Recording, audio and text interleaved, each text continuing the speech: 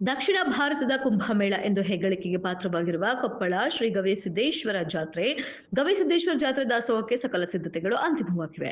2026 ಜನವರಿ 5ರಿಂದ ನಡೆಯಲಿರುವ ಶ್ರೀ ಗವಿಸಿದ್ದೇಶ್ವರ ಜಾತ್ರಾ ಮಹೋತ್ಸವಕ್ಕೆ ಸಕಲ ಸಿದ್ಧತೆಗಳು ಅಂತಿಮ ಹಂತದಲ್ಲಿವೆ. ಜನವರಿ 1ರಿಂದ ಜನವರಿ 21ರ ಅಮಾವಾಸ್ಯವರೆಗೂ 15ರಿಂದ 18 ಲಕ್ಷ ಭಕ್ತರಿಗೆ ಪ್ರಸಾದ ವ್ಯವಸ್ಥೆ ಮಾಡಲಾಗುತ್ತದೆ. ಒಟ್ಟು 6 ಎಕರೆ ಪ್ರದೇಶದಲ್ಲಿ 76 ಕೌಂಟರ್ಗಳು ಕಾರ್ಯನಿರ್ವಹಿಸಲಿವೆ. ಅಡುಗೆ ಮನೆ 500 ಟನ್ ಕಟ್ಟಿಗೆ 300ರಿಂದ 400 ಮಂದಿಯ ಪ್ರಸಾದ ವಿತರಣೆ ನಡೆಯಲಿದೆ. ಸುರಕ್ಷತೆಗಾಗಿ ಎಲ್ಲೆಡೆ ಸಿಸಿ ಕ್ಯಾಮೆರಾ ಅಳವಡಿಸಲಾಗಿದೆ.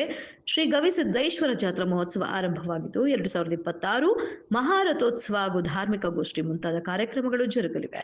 ಅದರಲ್ಲೂ 5/1/2026ರಂದು ಬಾಗಲಕೋಟೆ ಜಿಲ್ಲೆಯ ಮಾಜಿ ಶಾಸಕರು ವೀರಣ್ಣ ಚರಂತಿಮಠ ಅವರು ಆಗಮಿಸಿದ್ದು ವಿಶೇಷವಾಗಿತ್ತು.